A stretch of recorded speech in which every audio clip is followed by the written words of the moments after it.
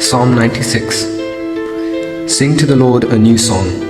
Sing to the Lord, all the earth. Sing to the Lord, praise His name. Proclaim His salvation day after day.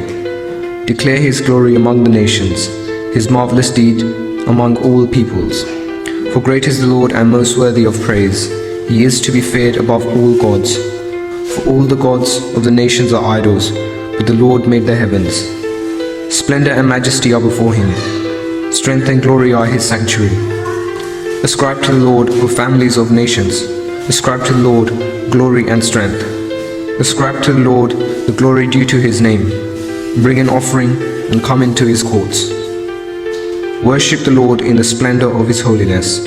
Tremble before Him, all the earth. Say among the nations, the Lord reigns. The world is firmly established, it cannot be moved. He will judge the peoples with equity.